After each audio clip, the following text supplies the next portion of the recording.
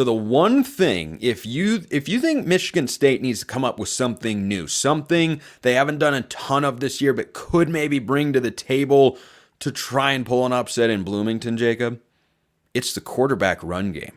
Aidan Chiles is a mobile guy. They have not been exceptional throwing the football so far this year. He does only have one interception in his last 3 games. I very much like that.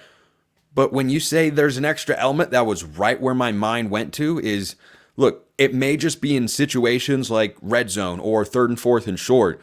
I'd expect to see Aidan Chiles on the move as much in this game as he has been all season.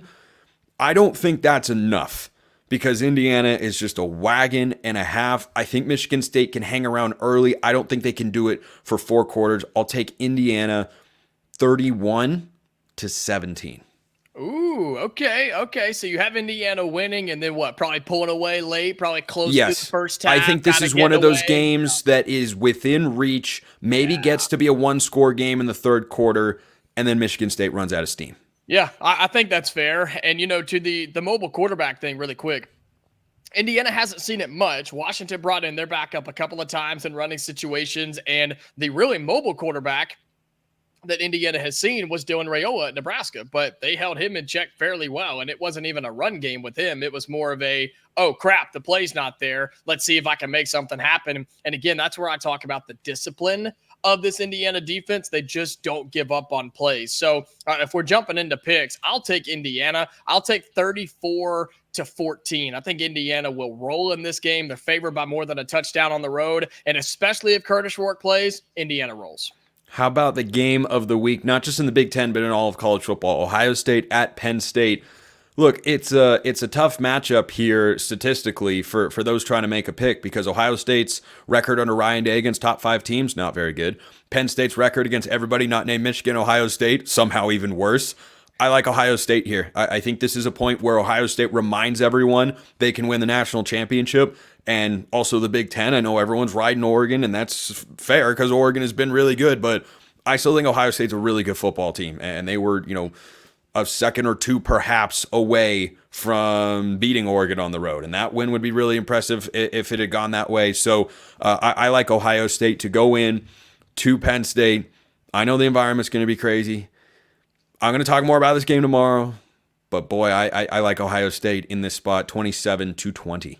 Here's what we can't forget, though. Ohio State's a play or 2 away from losing to Nebraska, and that's a team that Indiana... Wake-up call. We call that a wake-up call. Oh, okay. It wasn't a reality check. It was a wake-up call? You call whatever you like. They're going to snap into focus right there. Oh, okay. Well, either way, Ohio State has to show up and play well. And I'm going to pick the Buckeyes because I'm still not sold on Penn State. I've been screaming this on our Big Ten squad shows for weeks now. I'm just not sold on Penn State. If they okay, me neither, but they keep winning football games. And I can't don't know how. I don't know how. I know. I can't not give them credit for that they did come back against USC, that they handled Wisconsin on the road. I picked them to lose both those games. I'm tripling down on the anti-Penn State thing here, but I have that same sense.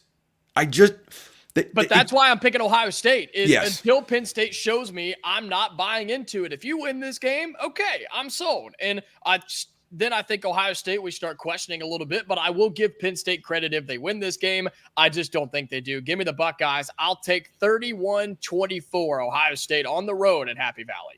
All right, let's fly through the rest of these Big Ten picks. USC goes to Washington, kind of an underrated, interesting game. Loser is under 500, and I think that's a worse situation for USC, and it's why I think they win the football game. I just have more trust in USC that finally won a game against Rutgers last week. Give me the Trojans 28-17.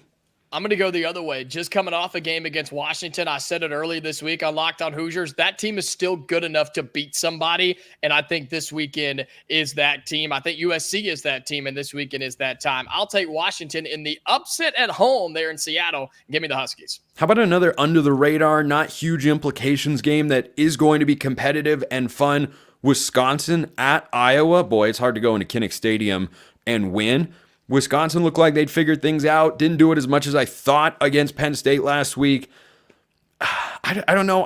I go back and forth on this one, Jacob. I really do, meaning I should go with the home team, Iowa 2017.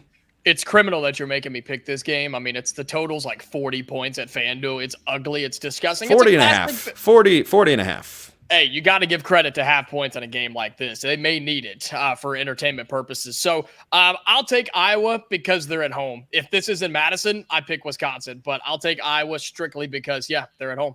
Speaking of games with a point total of 40 and a half, Nebraska hosting UCLA. I think this is when Nebraska reminds everyone, hey, we are actually a good football team. Give me Nebraska big here, 38-10. Yeah, I mean, Nebraska's getting, about a touchdown or so at home? 6.5. Yeah, and I'm with you. I think they showed something against Ohio State after getting blasted by Indiana. Nebraska had chances to win that game. They just couldn't do it. And so I'm with you. I think Nebraska is still a good football team. I think they're better than what some people are giving them credit for because of their recent lack of success. Give me Nebraska big. And, man, what a disaster it is in UCLA right now. Hey, basketball season's almost here, though. Illinois hosting Minnesota. Illini looking for a bounce back after they got trounced at Oregon last week. Minnesota, I'm not surprised that PJ Fleck is 3-2 in the Big Ten right now. I don't think they have a super high ceiling, but their floor is clearly pretty solid. Brosmer's been playing some pretty solid ball at quarterback, or at least good enough. There's only 1 point spread in the Big Ten this week that is double digits, and we'll get to that one. That's Oregon and Michigan in just a moment. But again, I go the home team here. Illinois is a home underdog, played Oregon last week. I think Brett Bielema's got a solid team. Yeah, they could be overperforming compared to what their talent is on paper, but they're a winning football team. They are at home in Champaign. Give me Illinois. Watch this, 17-14. Oh, that's so disgusting, man. Yes, it is. Yes, it is. Oh, that's gross. If this game was in Minnesota, I would pick them because this would be the classic PJ Fleck game that he would just come out and win for no reason, where Minnesota's still not a great football team, but they would beat a ranked team at home. Not going to happen, though. I think Brett Bielema's got Illinois rolling. They're as good as they're going to be, but they're still a lot better than Minnesota. So I'll take Illinois, the Fighting Illini being in Champaign. How about the bottom dweller game? Does Purdue win their first conference game of the year at home? This game is a sub 2-point spread. Northwestern a slight edge. I don't know if I can go on record and take Purdue. I think I go with Northwestern and David Braun. They haven't been great this year, but they've shown glimpses a couple of times. I'll take Northwestern, but give me the points to kind of fly up in this one. 31-28. As Lee Corso has said so many great times, go Hoosiers and beat Purdue. Give me Northwestern to win. I'll take an ugly score in this one, though. I'll take like 20-13. Yeah, that's a Colin Cowherd score right there. Every Blazing 5 pick for Colin Cowherd is, I'll take the Colts to win in cover, 27-23.5. It's like no one has ever had that score in a football game. What's the score going to be? Oregon, Michigan. I think Oregon goes in. They're favored by over 2 touchdowns. I don't think Michigan can get to more than 10 points. I think they're going to see the same sorts of struggles that Illinois did a week ago. This Oregon defense is really, really good. Jacob, on the road, I think Michigan's defense can slow down the Oregon offense more than others have, but I think this looks a lot like Texas-Michigan from week 2 in the Big House.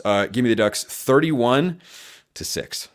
Yeah, what a game this could have been, right? I mean, what a matchup this is. Oregon at the Big House. I mean, now it's the number 1 team in the country. I know you probably don't know much about that, but they are the number 1 team in the nation. I heard they're number 1 on some podcast somewhere. Yeah, somewhere. I think maybe in the Lockdown Podcast Network. Not sure about that. Might have to look around.